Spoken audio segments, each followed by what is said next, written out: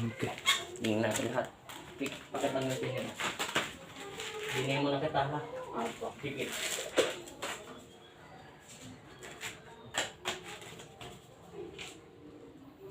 Pangalan? Princess po. Amin. Middle name? Dominguez po. Apelido? Vicente po. Ilang taon? 26 po. Pangalan?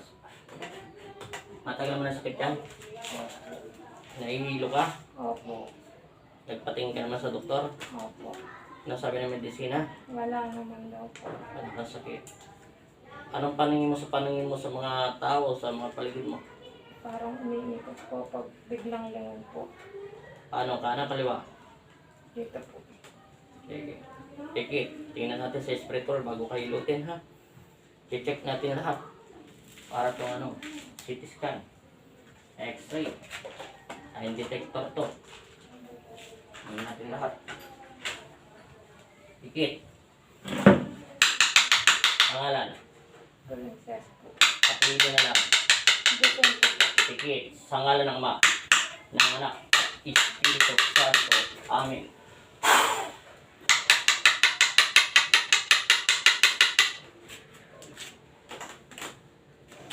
Saan? Dali mo.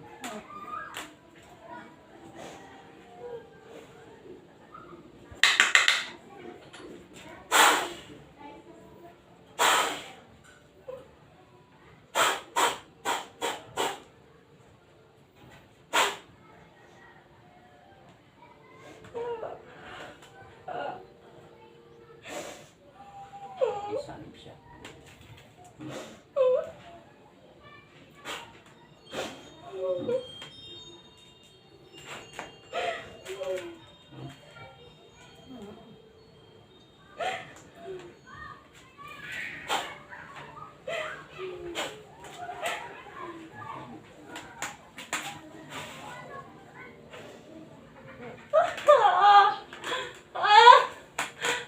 Iiwalay ka na sa loob ng katawan niya. Iiwalay ka sa loob ng katawan niya. Sagutin mo ako, iiwalay ka sa loob ng katawan niya. Iiwalay ka na. Hindi mo na siya pahirapan. Hindi mo na pahirapan. Hindi mo na papahirapan. Opo. Kilala mo ba si Kristo? Hindi mo. Hindi mo kilala si Kristo. Tao ka hindi. Tao ka hindi. Tao ka hindi. Elemento ko ba espiritu? Elemento ka espiritu? Hindi mo alam. Bakit hindi mo kilala si Kristo, si Jesu Kristo? May takot ka ba sa Diyos? May takot ka? May takot ka sa Diyos? Tao ka, espiritu, elemento. Buhay na tao? Babae ka, lalaki? Babae ka, lalaki? Babae po! Magkukulang pa ba nagdarasal sa kanya? Magkukulang ka nagdarasal ka sa kanya? Bakit mo siya kinukulang? Anong kasalanan ng taong ito? Anong kasalanan ng taong ito? Naingit ka sa kanya? Ikaw ba'y binayaran o personal mo itong kinukulang? Sagot! Hindi ba? Personal mo itong kinukulang o personal mong binayaran ka? Hindi ba? Sagutin mo yung tanong ko, binayaran ka o ikaw nagdarasal? Ako pa! Saan mo natutunan ang pagdarasal sa kadiliman? Sino nagturo sa'yo? Wala pa! Ilang taon ka na? Ilang taon ka na? Ha? Ilang taon ka na? 25 pa! Ilan ang anak mo? Isa po!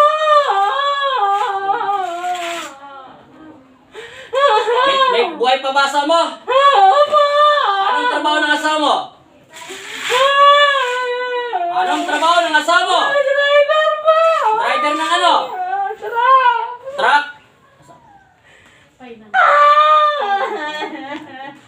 Ang pag-asawa nito ay painante. Ha? Kalasin mo lahat ng nilagay mo sa kanya. Kalas! Tanggalin mo lahat ng pag-iilo. Kailan mo ba ito tinatrabaho? Matagal na po! Magkakilala kayo? Opo! Kapitbahay mo siya, hindi kapitbahay. Hindi po! Magkakilapit lang yung lugar? Hindi po. Kilala mo lang siya? Opo. Paano mo siya nakilala? Saan? Malapit na po. Malapit lang sa lugar niya? Opo. Bakit ka nagagalit at naiingit sa kanya? Nainggit po. Ano? Nainggit po. Naiingit ka sa kanya? Opo. Kalasin mo nilagay mong pagdarasal. May siya, 2 anak, ikaw isa. Lalaki anak mo, babae. Babae po. Ilang taon na yung anak mong babae? 3 po. Sige. 6 at saka 8 po. Sige, Kalas. Mas matanda ang anak nito. Mas matanda tong taong ito kaysa sa'yo. Kalas, may gusto ka ba sa asawa niya? Opo. Kalas, bakit ka nagnanasa ng pag-aari ng iba? Alam mo bang napakabigat ng kasalanan mo? Nag-aari ka ng hindi pag-aari ng iba. Kalasin mo. Bakit gusto mo na siyang patayin? Opo. Bakit naman siya gustong patayin? Hindi po ako. Bakit? Nagwagwapuan ka ba sa asawa niya? Hindi po ako. Maganda po siya. Nainggit ka sa kagandahan niya? Wala ka bang tiwala sa kagandahan na binigay ng aking amas para sa'yo? Opo. Wala ka bang tiwala sa aking Panginoong Kristo na Panginoon mo rin naman nagbigay ng kagandahan ng hindi nakukuha sa ganda ang mukha ng isang tao kung hindi nagmumula sa iyong puso? Para ka rin pala yung mga taong nainggit sa akin. At kung anong pinababagsak nila ako, pababagsakin di kayo ng aking ama. Ang mga taong nainggit at gustong manakit sa kanyang kapwa ay pababagsakin kayo ng Panginoong Kristo. Dahil kayo mga ulupong. Kayo ay mga ampon ni taning. Wala kang kakwenta-kwenta. Hindi ka ba marunong maawa sa iyong pamilya at iyong anak? Hindi po. Hindi ka talaga naawa sa iyong pamilya? Hindi po. Mahal ko po siya. Mahal mo ang asawa nito? Opo. Baliw ka. Ha? Kalasin mo lahat yan. Papatay mo ang isang tao para lang makiapid at magnasa. Bakit ang tanong, mamahalin ka ba ng asawa nito? Hindi ko po alam. O, hindi mo pala alam eh. Tapos papatay mo itong taong ito. Nagaganda ka sa pagmumukha nito. Lahat ng tao nilikha ng aking ama. Ano man kasarian nito, ano man ano nito sa buhay, ay pantay-pantay lang pagmamahal. Alas! Hindi ka naawa. Nahihilo siya. Tapos, ilang buwan mo na ito ginagawa? Taon na ba? Opo. Alas! Taga saan ka? Hindi ko inanang pangalan mo. Taga saan ka? Dito lang po. Maraming dito, maraming dyan. Banda rito, banda ron. Saan? Pabanlag po. Sabi po. Sige, mga pala, taga ron ka. Kalas! Ubusin mo lahat yan. Kalas! Wala kang kakwenta-kwentang ina para sa iyong anak. Maraming taong naghahanap ng magkaroon ng anak. Pero ikaw, umiibig ka na ng pag-aari ng iba. Napakabigat ng kasalanan mo sa aking ama. Napakabigat ng kasalanan mo sa tao kapwa mo. Ang nakikiapid at nagnanasa at nag-aari ng iba ay isa kang alagad ni Satanas. Wala kang kakwenta-kwenta at wala kang takot sa Diyos. Hindi, mas mamahalin mo pa ang isang taong hindi nagmamahal sa iyo. Wala kang awa sa asawa mo, naghihirap. Ibig sabihin, mahilig ka sa laman. Wala kang kakwenta-kwentang tao sa mundo. Bakit? Ang kaligayahan ay pansamantalang aliw lang. Hindi ka ba naawa sa iyong anak at iyong asawa nagsasakripisyo para mahalin ka at talaga nagbinigyan ka ng aking anak, ng aking ama ng anak? Ubusin mo lahat yan. Pag hindi mo tinanggal lahat yan, tutusukin ko ang buong kaluluwa mo. Bilis! Ikaw ngayon marunong kami, ayusin mo. Bilis! Wala na to sa alam niya. Bilis! Anong dasal ang ginamit mo? Pampano yan? Pampano? Para mamatay na po siya. Para mamatay na siya? Mamaya papatayin na rin kita. Ibabalik ko lahat ng 10 beses sa sakit nito para maranasan mo kung anong nararanasan niyang hirap. Tanggal! Wala kang kakwenta-kwenta. Bilis!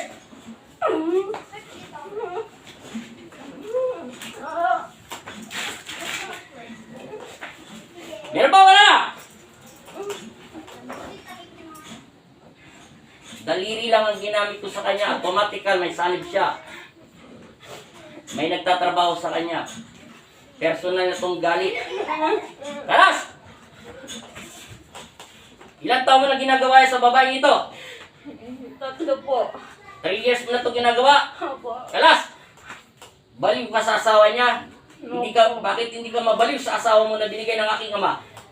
Hindi mo mahal ang anak na binigay sa'yo ng aking ama. Marami dito pumupunta para lang mabasbasan at bigyan ng anak. Wala kang kakwenta-kwentang tao sa mundo. Dapat kayo magsama kayo, mga pangit kayo, doon sa impyerno. Mga anghel kayo ng mga kadiliman. Hindi kayo anghel ng Diyos. Hindi kayo nakokontento sa binibigay ng aking ama. Dapat ipinagdarasan mong yung asawa na malayo siya sa sakit o pagranib dahil siya ay nagtatrabaho. At ang iyong anak, huwag sanang karmahin ang iyong anak kung hindi ikaw na lang.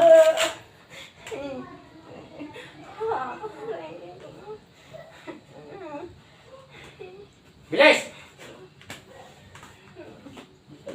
Nakapatong.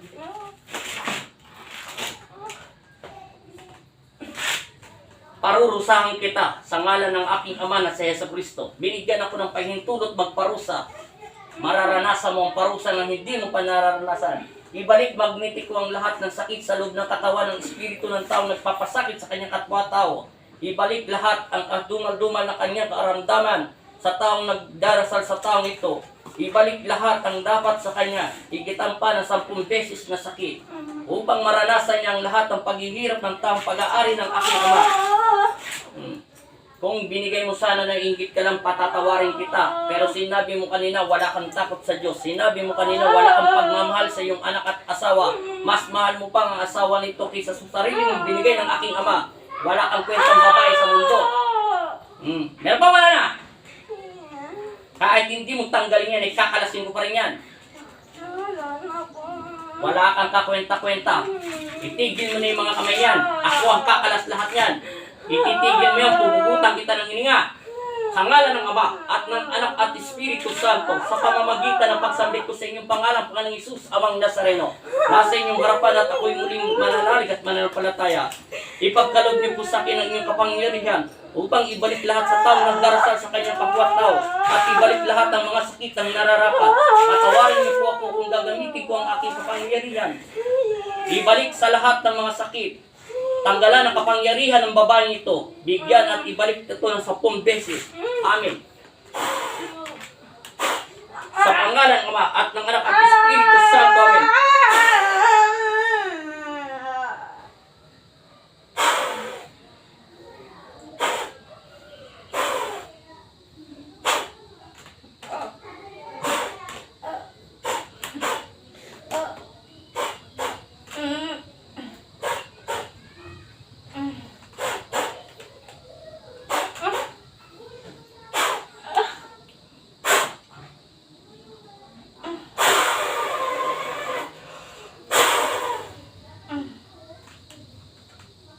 Amen. Amen. Anong pangalan mo? Princess po. Ilang taon ka na? 26 po. Bakit sabi mo may mahal kang tao? May mahal ka bang tao? Wala po. Ba't sinasabi mo? Amen po. Aling-alin. May nakita ka ba liwanag madilim? Maliwanag po. Maliwanag po. Ngayon, nahilo ka ba? Hindi Nalalabo pa yung mga mata mo? Hindi na po. Lumilinaw na? Ano ba trabaho ng asawa mo? Driver. Ay, painante po. Painante? Sabi mo in Jesus name. In Jesus' name. 3 times. In Jesus' name. Ilang taon na anak? Ilan ang anak mo? Dalawa po. Ilang taon yung panganay mo? 8 po. Babae siya, lalaki? Lalaki po. Yung huli, Lalaki po. 6 na taon po. ano ba yung isa? Babae anak? Opo, 3 taon po. 3 taon ang anak ng ano? Baliw daw siya sa asawa mo. Papatayin ka daw niya para makin yung asawa mo. Inggit siya kaya ka. Inggit daw sa'yo kasi maganda ka. Mahal na mahal daw yung asawa mo. O ngayon, nakikita mo na, hindi na nalalabay paningin mo. Hindi na. O, tingnan mo yung pa mo kung mabigat pa, magang. Po, hindi na po katulad ng pagpunta namin dito. Paano nakalutang po? Para ka nakarutang sa hangin. Eh, pinapatay ka na ng kaaway mo. Malaman po kung alam na may kaaway ako. Sabi mo eh, Ayan po si tita ko. may nagdarasal sa'yo. O, tingnan mo, pikit. Akin ang daliri mo. Pikit. Amen. O, kita mo. Diba? Kanina nasasaktan siya, diba? Opo. po. In Jesus' name. Oh. Nag-reaction sa kanya yung daliri ng Panginoon Kristo. Wala naman akong kuko. Ibig sabihin, may nangungulam sa'yo. Tinatrabaho ka niya. Papatayin ka daw niya. Mapunta lang daw yung asawa niya, yung asawa mo sa kanya. Kahit wala, hindi niya alam kung makukuha niya ito. Siyempre, pagpatay ka na, magpapalandi siya doon sa asawa mo. Hindi niya daw mahal yung asawa niya at anak niya. Mas mahal niya yung asawa mo. Mas mahal niya daw yung asawa mo. Kagapabandag daw. Pabanlag. 3 years old driver yung asawa niya. Driver? Driver nga pala yung asawa niya. Ba't Ngayon, nalalabo ba mata mo? hindi na po? Sigurado? Opo. Wala ka na. Subukan mo nga tumayo. Kung nahilo ka ba? Hindi. Hindi na po. O subakin mo nga kung sumasakit pa sikmura mo. Hindi na po. Lahat, wala nang sakit. Wala, pati po yung sa likod. Nawawala sa likuran mo lahat. Salamat sa Diyos. Wala, may nagtatrabaho sa'yo. Ayusin ko pa yung hangin mo sa katawan. Pahinga ka ng konti. May tubig kayo? Dala? Wala po. Sigurado, hindi ka na nahilo. Hindi na sumasakit sa sikmura mo. Nawala sakit ng balakang mo. Hindi po. Salamat sa Panginoon Kristo. Salamat ka. Naagapan ka pa. Hindi, tigok ka na.